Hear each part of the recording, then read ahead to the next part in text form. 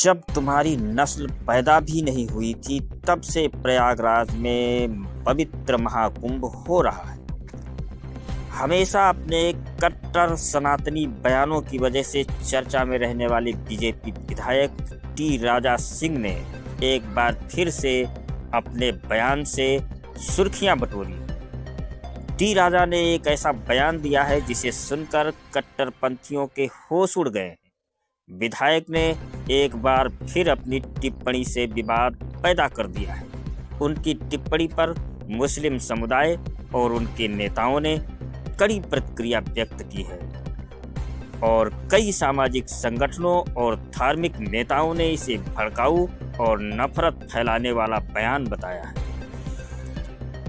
वक्फ की जमीन पर महाकुंभ सुनकर भड़क उठे बीजेपी विधायक और योगी से कर दी बड़ी अपील। बीजेपी के फायर ब्रांड नेता और विधायक टी राजा सिंह का एक वीडियो सोशल मीडिया पर तेजी से वायरल हो रहा है।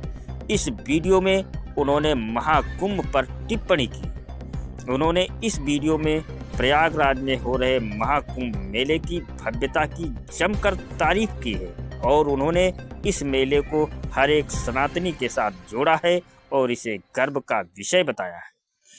साधु संतों को उन्होंने महाकुंभ की शुभकामनाएं दी। अब सवाल ये कि आखिर टी राजा को इस तरह का बयान देना क्यों पड़ा?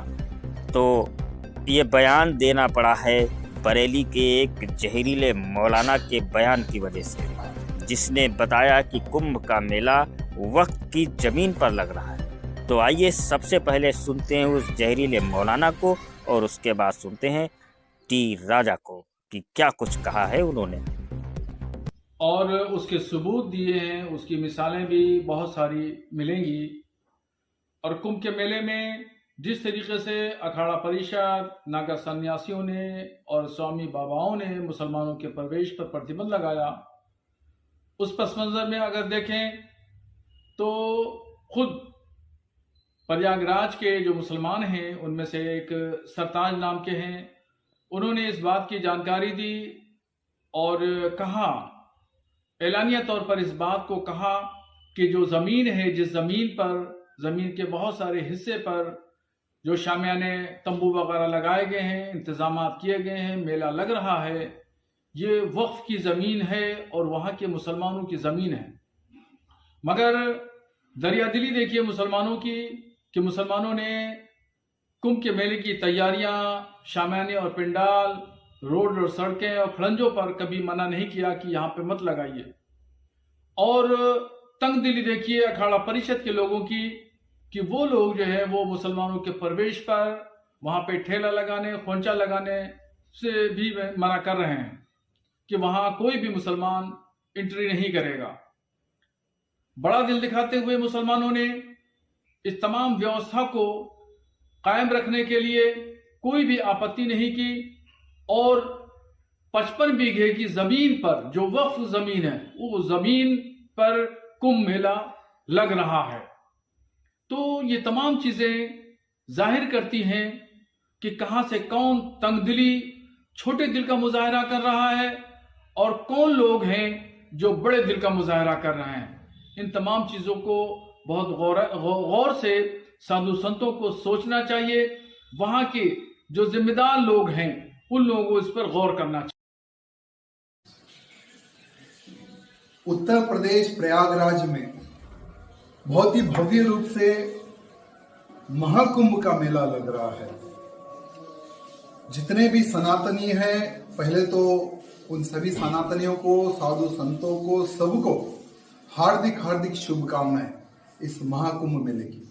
साथ ही साथ कुछ मुल्ले ये कहते हैं कि जहां पर महाकुंभ हो रहा है वहां 35 एकड़ जमीन वक्फ बोर्ड की है।